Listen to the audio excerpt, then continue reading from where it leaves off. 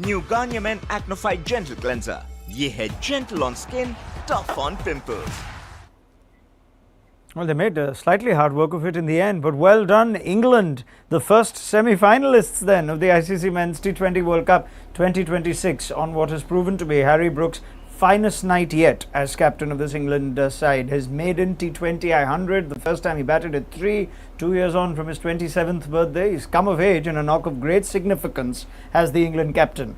Thought he had finished it effectively, but Pakistan and England took the game to the final over, so there's plenty to unpack on this highly important game in the World Cup on ESPN Cricket for Timeout, powered by Garnier Men. We'll hear from Urooj, Mumtaz in just a moment, but Gaurav Sundararaman and Faf du Plessis to break down what was a special knock from Harry Brook. I think we've got to just start there. I guess the drama of the last over we can step aside. We'll come to that later. There was some innings from Harry Brook, Faf. Masterclass of T20 cricket batting. Absolute perfection, intent, batting smartness, going deep. Just in awe of that innings. Like, played the spinners, calculated risk. You could see where he was targeting to take the spinners down. Unbelievable knock. The stuff I expect from you is telling me in the halftime show Harry Brook should walk out at 3, even though he's never walked out at 3 before. Why did you not tell me that earlier? No, I think a lot of people were clamoring for Brook to bat at 4 ahead of Banton. I remember Arthur's asking him that question as well in one of the league games, saying that you're the best batter, why aren't you batting at 4? And he said that no, right now we're happy as what it is and stuff. But this is great because I generally like these unpredictable moves because it throws off the opposition from their plans, and I thought he executed very well. It all looks good when it comes off, and it was pretty amazing. I think the way he played, and like Faf said, I was just looking at how he went against each of the bowlers, the way he was smart, he knew who he had to target. And I think he did it's one of the all-time great World Cup knocks. 100%. Very underrated. We may not remember this knock 10 years down because it's it's kind of a 160 game. There's no dramatic things, but the percentage of runs he was always scoring till Jack's came. I think that is a killer stat for me because he kind of did the bulk of the scoring when they were 112 for 5. He's ended with 100 in a 160 game, which happens rarely anyway in a chase. He single-handedly won that game. Yeah. What prompted the number 3 position? What was the thinking, if you found anything? Yeah, I have a theory. Like these kind of chases, 160 chases, you want someone to kind of score a quick fire innings early on, take on the fast bowlers, and I think he was slow to start against spin generally in this tournament. I think that was kind of avoided. He got into good rhythm by the time the spinners came in because he got to face 3-4 overs early on. Salt getting out early might have also tempted them to do that. We don't know that as well. It could have been a decision if they had a good start. Maybe something else might have happened. We don't know that. But I think it was a pretty amazing move. And tactically, this is what I can kind of infer. I mean, second ball is come in. In your experience, is this even more impressive given, is it fair to say the captain is at times least amenable to this kind of out-of-the-box thinking, with he himself coming in as early as number 3? I was trying to think to myself why. What would be the reason? Is that something they discussed before the match? And I can only think like that's him taking control. Team is under pressure. You need your leadership in your group to stand up when pressure is at its highest, and I can only think of him saying, I'll do it. That's the only reason, because he's never batted at 3. Even domestic cricket, I've played with him in teams, I've seen him play I think 4 is his highest. So bold move, and it looks amazing when it comes off. I mean, IPL fans would remember the 100 he had in a season where he had nothing else to show for Sunrisers was opening. And that was against KKR, and then he's got this effectively opening second ball. But let's bring in Urooj. Mumtaz now has joined us as well. It's effectively one man who's taken this game away, hasn't it, Urooj? Just your thoughts on what made Harry Brook click tonight and why Pakistan didn't have answers. Yeah, one man and his pure brilliance. Pretty sensational to watch what he's done single-handedly, like you've already said, batting for the first time, promoting himself up the order and taking almost the bull by the horns while things were pretty much falling apart at the other end, where he just kept his cool, stuck true to himself. That is his natural game, didn't shy away, took the wrist spinner down as well. So those numbers can be parked. But I think pure brilliance and obviously you could see, I mean, the camera focused in on Harry Brook, you could just see the steely resilience in terms of him backing himself. Yes, we know he's a class act, he's got all the skill and attribute, but it requires a very bold move to say, right, I'm the one who's going to do this because I back myself to get it done. And it wasn't like the run rate was very normal. It was climbing up because there was wickets falling at the other end. But I think Harry Brook, pure brilliance, individual brilliance, and you almost bow down and say, well played. I mean, you look at that scorecard and it is actually telling you quite a story. It's quite bizarre. 0 to 100, 8 to 16. And then Jack's is second highest to 28. I mean, this is a staggering innings from Harry Brook on all accounts. Before I move to everything that's happened, with Shahin Afridi's bowled well and how that game still went as deep as it did, but what makes Brook such a dangerous T20 batter? His all-round capabilities to score. There, you don't feel like he was just looking at one area, and that's what makes a very successful T20 batter, is the ability to be clear, and wherever you bowl, I will score. And tonight that was on display beautifully. His tempo is another thing. You look at a batter like that and you go, how calm is he at the crease? How well is he reading? He didn't look like he was frantic. It looked like he was playing the game at his pace, where the ball almost comes slower down to you and you're just in complete control. I mean, there's one ball I remember of Nawaz where he stepped down to Nawaz. It's turning. I don't think he reached the pitch, and he's managed to just get it over the infield, which I think is an incredible shot. And I would think for batters who have 5-6 shot options to one ball, sometimes that could be the harder challenge. Yes, that's what we talk about, that clarity when you're out there, because he is one of those players. He actually has every shot in the book. He is a 360 player, but it didn't look like that tonight. It was just clear. He almost looked at the pitch and he said, this is going to be my game plan tonight. And he was so clear in the way that he went through the gears. There was attacking, but then there was also good running between the wickets, good intensity with these partnerships. But yes, look at that scorecard. We can actually talk about how bad the rest of the batting lineup was, because he was that good. It was unbelievable innings. Urooj's point on, we can park the wrist spin against Brook numbers aside. How much did that play in his decision to come in also? Okay, I don't want to start against Shadab outside, or is there anything else that Pakistan could have done in response? So Pakistan didn't have Abrar, so he's the guy who would usually kind of bowl those power play overs. Shadab doesn't usually bowl much in the power play, so I don't think Pakistan could have done much different. And after having Shahin do so well, getting that early wicket, and they kudos to them, they selected Shahin and they gave him a good crack at what he selected for, which is bowling in the power play. That's what you want to do as a captain and coach. You selected him, make sure that he gets the best time to bowl, and he did it. So I don't think they could have done anything different to Brook, and today I think Brook just played an outstanding innings, and that's why he's a generational talent. That's why they have all the time in the world for him, and that's why every franchise wants to pay all the big bucks to him because of such innings like this. And I'm sure a lot of greats have done this at various parts in their career. We'll have to wait a couple of years before an IPL franchise can pay for him again.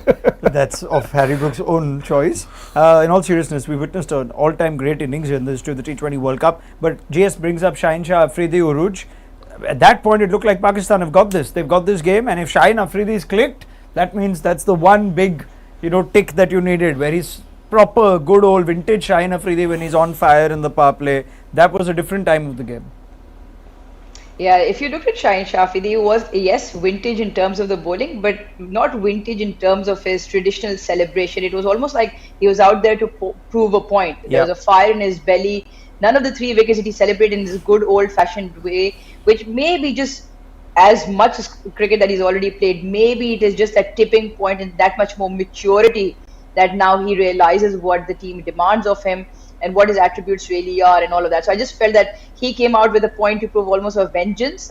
He bowled in the right areas. He wasn't predictable. He was good to pull his length back when there was no swing on offer. Going away to the right-hander to begin with, I thought he was phenomenal and really set the game up. I mean, you just asked Gaurav the point about what they could have done differently. I just thought that maybe when they bowled Usman that over where he picked up, just gave away 5 runs, picked up, I think it was the 8th over. I don't know, Salman Ali Agha has this tendency to do this when something's going well. He took Usman out of the attack, bowled Shadab, and Shadab and Saim together went for 27. But the deficit was 30 runs, brought down to 8 runs in the end. And I just felt that when Usman Tariq was going well, after Shahin Afridi's first 3 over spell, kept going with. You should have kept going with him. Another wicket or two over there, or another squeeze of a few overs there would have put pressure on Brook as well, where the run rate would have risen up. So Shahin, credit to him. Just felt that just the way he celebrated or didn't in his conventional style, he had a point to prove and he bowled really well today. Yeah, he was also in a good mood, and we saw a lovely little gesture from him congratulating Harry Brook. You know, he was a good ambassador of the game today with Shahin Afridi, wonderful bowler that he is. So good night for him. But Usman Tariq, and the point that Urooj makes away, he was the second bowler. As bizarre as the England batting scorecard is, even the Pakistan bowling scorecard in a 160 game. Now Nawaz has managed to get his numbers down after that last over he's bowled, but everyone else was going at effectively tens. And therefore, Urooj's point on Usman Tariq, who we thought at that point again was the only other bowler who could have cracked this game open, Usman Tariq. I think it's how I would sum that up is the brilliance of Harry Brook's innings.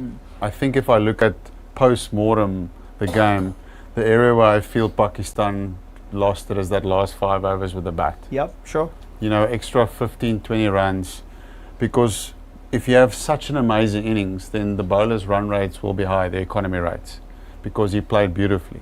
I don't think they bowled badly. Watching the game, I felt like they were in the contest the whole time. Tariq was exceptional again. You could see how they were playing him. They didn't try and attack him, they just worked him for one. But it's just the Harry Brook brilliance that you've got to take your hat off and said, well played. But that last 5 overs. Yeah. I'm happy to go to that more in detail, but since we're on Usman Tariq, and we teased it a little bit on the mid-show, on how he presents such a challenge, especially for batters who haven't played him before. When you watch Usman Tariq, and he got some big wickets as well today, I'm sure he would have enjoyed the wicket GS of Tom Banton in particular. Yeah. These two have a little bit of history, don't they? Absolutely. I think it was the ILT20, Yes. and Tom Banton really did not like what Usman Tariq was. His action. Oh. How could they do something that Tom Banton didn't like? Yeah. And he didn't like it, so that wicket would have been pretty special. And it's not like they haven't played Usman Tariq before. Joss Butler has played him in T10, and Sam Curran captained Usman Tariq at the ILT20. Right. So I think they played him pretty well. A little bit of appreciation for him, you know, before I move to the other elements that you Yes. speak of, because the consistency he's getting now, and I find it amazing. Where I thought he was predominantly off spin and the front of the hand release, but the consistency of his googly, which I think accounted for Banton, which has got him wickets in the past. This is a special talent we're witnessing. Special talent, and I liked the way that England countered him. You could see there was a sense of how are we going to play him. It was a lot of back foot play, because you're letting the ball come to you, so you're giving yourself a little bit longer to react what the ball is doing off the pitch versus going at the ball, and he's bowling those googlies through the gate. Harry Brook, most of the stuff off the back foot, just working him around, played him beautifully. So I would think that teams coming up against Pakistan will look at England in the way that they played him tonight and try and learn from that. Yeah, so the googly doesn't actually come quickly though for him, which is why you can afford to go on the back foot. Back foot, and as I said earlier when we were speaking about him, because of his delay, everything feels like it's slower than normal. It's upset you as a batter in your Upset rhythm. your rhythm. So when you're on the front foot, your batter's ahead of where you want to be. So off the back foot, vice versa, you then have the time to just work the ball wherever you want to. So very well played from the English batters there. All right, we're seeing teams respond to take Varun Chakravarti down nicely. Now Usman Tariq down. That's why you like the T20 World Cup. I'm sure there's somebody like you in each. But it's different. That's what I love about the different ways, right? Yeah. Tonight, it wasn't a taking down of him. It was how do we counter. deal with Yeah, him the sure. best way, and it was he's not going to get a lot of wickets. We're just going to milk him around. We're going to run hard between the wickets, and they tick that box beautifully. Yeah, So that's why a score of 160 allows you to do that.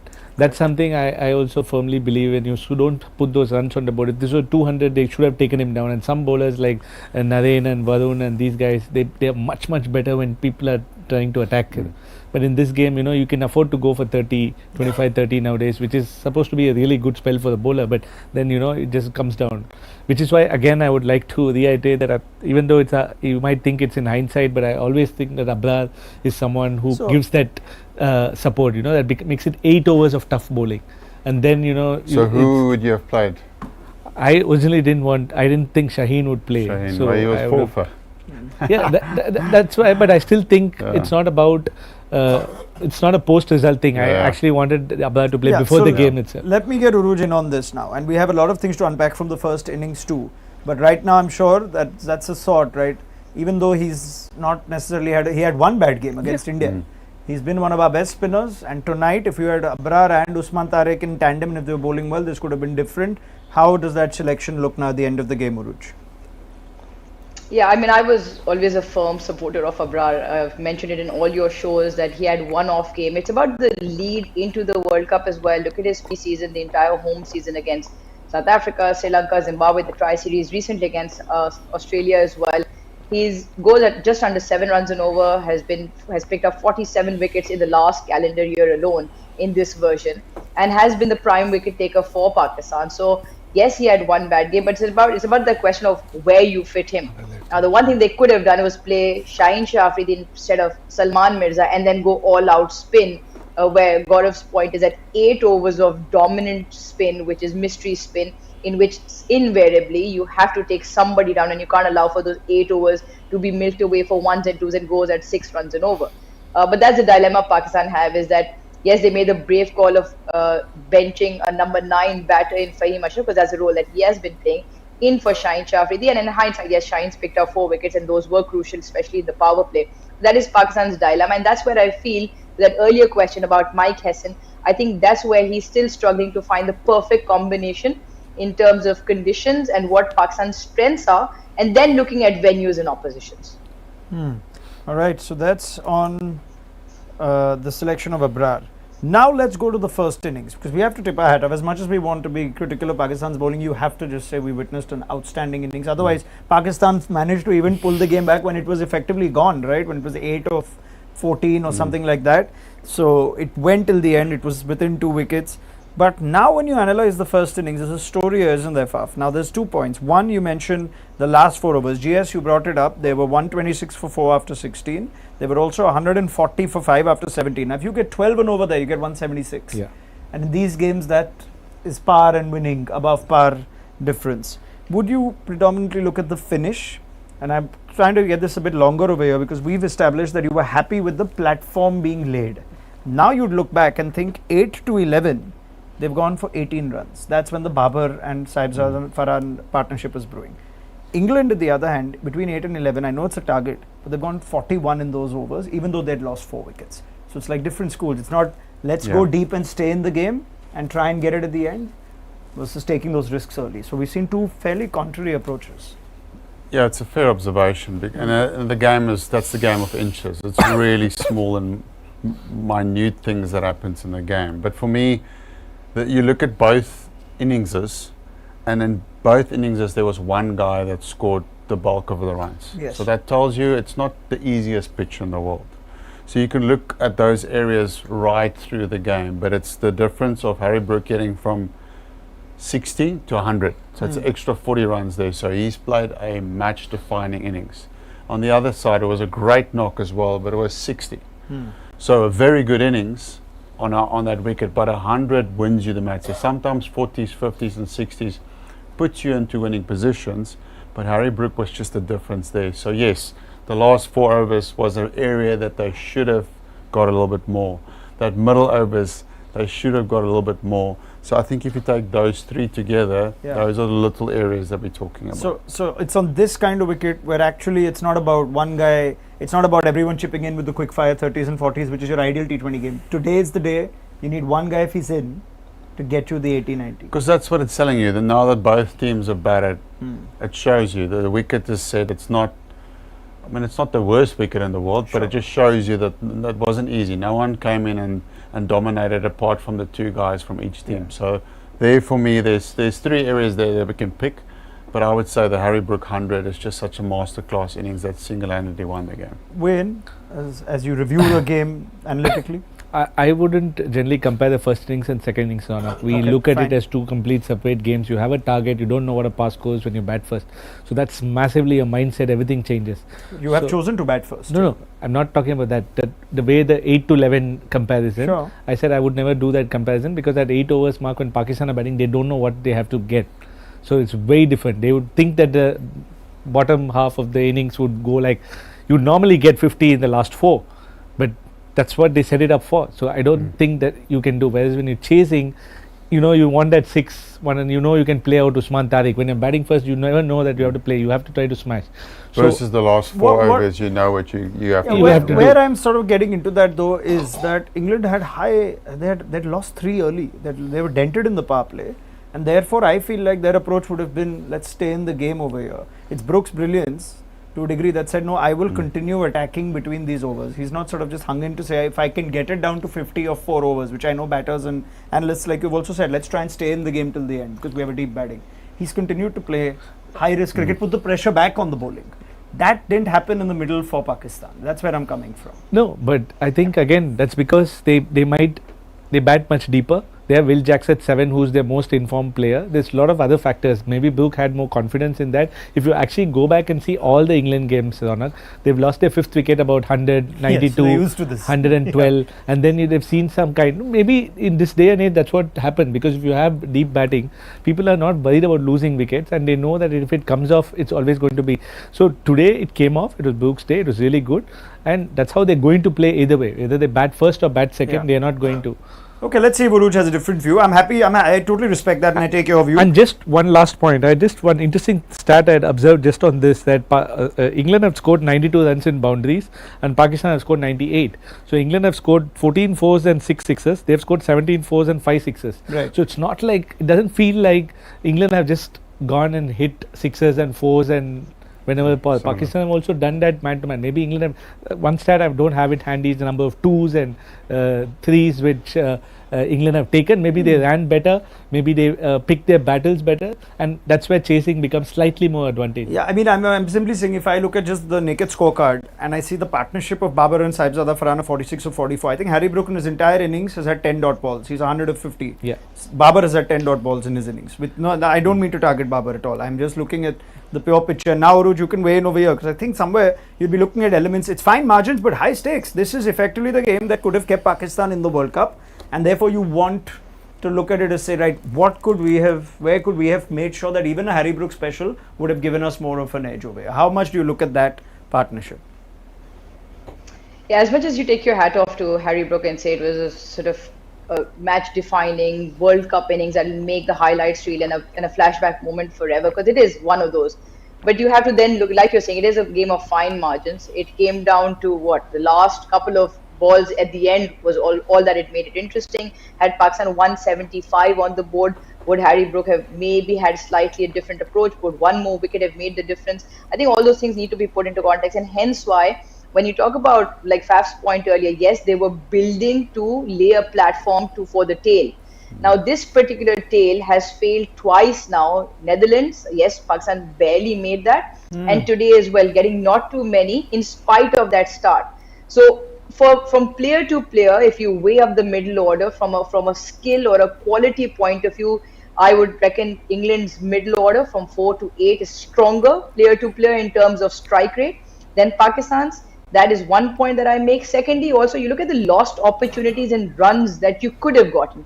And that's where I go back to that 4-over period between when Babar and Saibzada Farhan were batting, where there was not a single boundary scored in those 4 overs. They went at 4.5 runs an over, and they played a lot of dot deliveries in that. I'm talking about lost opportunities where they could have scored runs. The 38% dot deliveries is what Pakistan played. 33% dot deliveries is what England played. They ran better between the wickets. At one point, Ramiz said that around 22s, this was around the 17th over mark, which was far more than Pakistan's that England got. So those fine margins need to be looked at. And 2 players with a 46-run partnership, the onus is then on you to either grow that partnership, because somewhere along the lines, I feel, yes, Pakistan bat deep, but the quality of that middle order is probably not as pronounced as, say, the West Indies or England. So that's my stance on it, and hence why that phase where Pakistan was laying the platform with only 2 wickets lost at that point, let's not forget they were 100 for 2. Yeah. They could have gone slightly faster because those 10-15 runs would have made the difference at the end. It's about where you look at where those 10-15 runs could have come from as a coach. And if you're looking at that phase, or you're saying, no, it was down to the lower order, platform was laid. And Urooj mentions the Netherlands game. The one guy who bailed them out in that game was Fahim Ashraf, who of course they left out. His batting was perhaps the reason that he was still in the team. But Shahin Afridi's replacement has done his job with the ball. When you put all the equations in order, do you still sort of lean towards, Brook, that's the difference? Or do you say, no, this Pakistan played a really good game. If they would have polished a few areas they actually should have perhaps won this game on that. Look, it's always after a game, hindsight. You can do that. You can. There's so many rabbit holes you can go down. Like honestly, and when we're doing that now, we're going down a lot of rabbit holes, and it's not like it didn't happen. I mean, that's a fair observation. If you look at, she speaks about the finishing of Pakistan. Yeah. And the finishing of Pakistan hasn't been that consistent. So if the finishing of Pakistan is not what you expect it's going to be, then yes, the onus falls on the middle order or the top order to try and push the run rate a bit more. We spoke about West Indies. They have the finishing capabilities to catch up towards the back end of an innings. England with Jacks has done it consistently throughout the World Cup. Yes, so if that's the case with your own team and your own form, then a discussion between the two batters in the middle there from overs 8 to 12 is, let's make sure we keep the intensity high. Let's make sure we're trying to get 7, 8s and over. I think we were talking about they were going at 4 and 5 there for 2 overs. So that's another rabbit hole. But I think if I sit back from this game, I go, Harry Brook, you were too good for us today. Okay. Well, you know, those kind of things is not what appease fans a lot, because fans like to think, we've got to win, right? We can't be knocked out, but I can totally take that. Yeah. So I love the discussion that we are having. I would like to take some fan questions before I go to what the captains have said. Urooj, sorry, unless there's something you still want to add, if at all. Okay, Urooj is just going to link up and join us again. But let's take some of the questions coming through on our YouTube live. Some thoughts on that game was still alive in the last over. Why give it to Mirza and why not consider a spinner? It was what, 3 to get? Yeah. Should have been 4. I think Nawaz missed the last ball of the. Yeah, we were talking about it. We were expecting it. I think always, certainly how I see the game on the field is when a number 10 and 11 comes in and you have a bit of mystery spin in your resources. You ask a tail ender what he rather wants to face. He wants a guy that is bowling 135 up at the stumps versus a guy that he has to pick first. So I think a spinner would have been a good choice that last over. Yeah, I think Urooj, you're back with us. Yeah, some comments on our YouTube live about game was still alive in the last over. Give it to a spinner. Why would you go back to Mirza at the end? Yeah, Pakistan find a unique way of making everything interesting. So that is part of our DNA. I mean, it had to go horribly, horribly wrong for England. Even with that dramatic at the end, I think it's still England's game. So yes, you want to give it to someone that your 10 and number 11 will struggle with. Now, either that's 145 plus express pace, either toes or nose, or you go with somebody who they're going to find it struggling to pick. So, I mean, for me, that probably wasn't the game. But yeah, I mean, Pakistan, I don't think that was the game, so it's okay. Okay, let's take some more questions coming through. This one from MSK92. Just like Brook at 3, how about Fakhar at 4? That could have given the impetus that Pakistan needed. It could have taken down Rashid and Dawson bowling a bunch of cheap overs to the 2 right-handers in the middle there. Fakhar might have been the more aggressive option. And I believe, Urooj, you've been smiling right through that question. Please. I'm smiling because it's taken Pakistan 5 goes to probably get the most accurate of the 5 11s in terms of a playing 11. With batting orders all over the place. I mean, at this point, Babar, like I said to you before, Raunak, we have 6 openers. Yes. Saim, Farhan, Usman, Babar, and Fakhar. Somebody's going to bat out of place. So it's going to be chopping and changing. And this is my point earlier to when I was asking, when Faf asked me the question. It is the preparation and pinning down personnel. Yes, you have plans B's and C's, and you play horses for courses and you play conditions, provided you got your A template correct, that this is the way we want to go and this is how we're going to do it. Up until the World Cup, we didn't quite have an 11 sorted and we didn't quite have a personnel in place, and hence why, because we've picked in my opinion, we haven't picked the right squad, and hence why one of your 6 openers is going to bat out of place. But Fakhar, yes, throw him up. I thought he did a fine job at 5. Then where does Babar bat? Salman has gone under the radar. Let's not forget, he hasn't scored any as captain in the 5 games as well. So there's lots that at this point Pakistan are going to struggle with in terms of who bats where. Yeah, I mean, Urooj said before many times that it's one of Babar or Fakhar. So whatever they were trying to do today, the result certainly has not helped, whatever that decision-making process was. Well, you love fan questions. I love it. There's another one. I never thought I'll read this question, but I might as well now. And it is, I've been scrolling up and down and I've lost it, but I wanted to take it. There we are. Death Rider 54. Butler's last 4 innings are 3-3-7 and 2. His place in the team under question. And there's a follow-up from somebody else saying, how about Ben Duckett, who's on the squad, who's a good player of spin? Joss Butler's place in the England team. Can't believe it, but fair question. Yeah, understandably a question, but I don't think it's even up for discussion in that dressing room.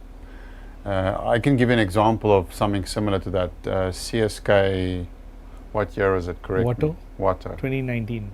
2019, did not score a run the whole season. Everyone was like, Shane Watson should be dropped. Stephen Fleming was like, back your experience, they'll come good in the big games. Got 100 in the final. So, players like Joss Butler deserve a little bit longer rope than other players do. That's my perspective. You? No, I agree 100%. I've seen that happen, and that too, Joss Butler is someone, you know, that he might come good. You want to believe that he will come good, and maybe if he comes to India for the semi, or if he's playing in India the semi and final, maybe the conditions might suit him. Yeah, I mean, I wasn't expecting anyone to say, yeah, Butler out. You know, Deadline. That wasn't happening at all. All right, this is what the winning captain and the player of the match, unsurprisingly, Harry Brook, has to say. Nice to get through to the semis. One more game against New Zealand. We'll focus on that. On his move to number 3, he says, Baz came to me in the morning and said, we may change it up and put you up at number 3. We have spoken about being able to adapt, and the bravery to do that was great. Nice to get out there and face as many balls as possible. Few comments on his opposition. Says on Pakistan, they're always good, world-class players. Nice to get over the line. Always areas we want to improve on. You can never quite get perfection, but we're always striving for it. And regarding his achievement and the emotions on 100, Brooks says, just happy to get the job done, to be honest. Tricky situation, couple of partnerships after that. Nice to get over the line. Now the big one there is the coach coming up to him and saying we might change it up. Good call, coach. That's a very good call. Yeah. He's been due a couple of good calls. Poor Brendan McCullum has been. He's a horse betting man, isn't he? So he played the right horse today. On the other hand, I wonder sort of what the conversations will be on Mike Hesson in the time to come. But maybe we'll have that deeper chat with Urooj on what will be Pakistan's last league game. But a comment on England becoming the first semi-finalist when they narrowly got over the line against Nepal in their opening game by 4 runs. You're looking at all sorts of questions around this England team, but they are now the first semi-finalists. Does that come as in a way, a surprise looking at how the tournament's played? The amazing thing with that is you still feel England is so far off their best. And that should actually be a scary thing for some of the other teams, because they're playing 50%, 60% of their capabilities, and they're through to the semi-finals. So within that team, they would be going, boys, we're not even close to our full potential. So the sky is the ceiling. Yeah, if you can revisit your pre-show points today about how this actually should not come as much of a surprise, we must remind viewers that the T20 World Cup is largely played with this kind of imperfection. Yeah, and I think England have been very consistent in this format, and all the players there play all the leagues. They are most wanted in most of the leagues. So I think they have enough experience. If at all, I always had England always in the semis. Oh, come on now. Really? Yeah, but stop gloating now. No, the reason is my only biggest concern was the bowling. I felt they didn't have that one bowler to really go to, which a lot of other teams have, right? You know, I just feel that this bowling attack is slightly on. It's the weaker suit, but they've kind of proved it. They've got their parts correct.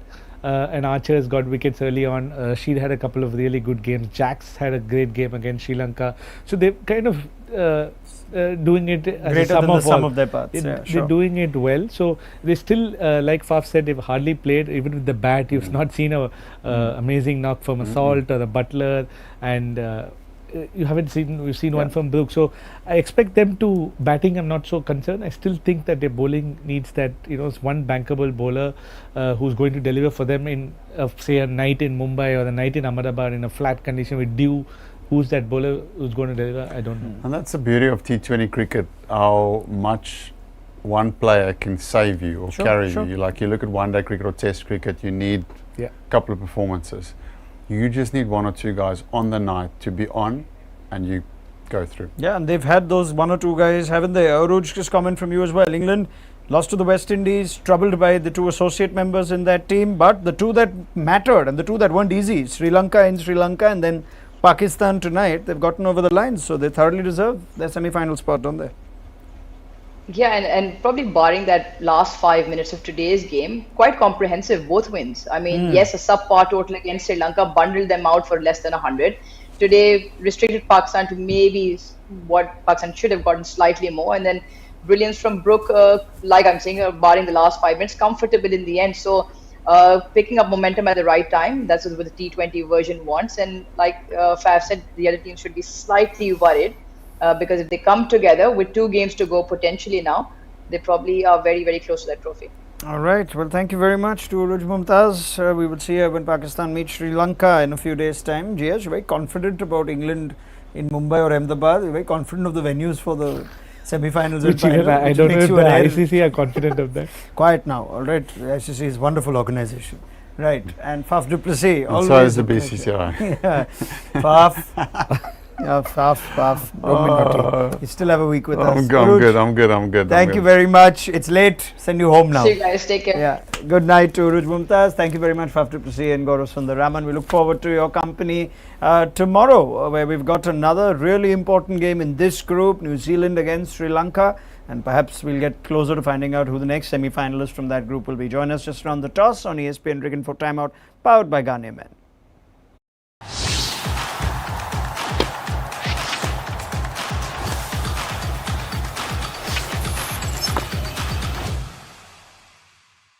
New Ghanaian Men Acnified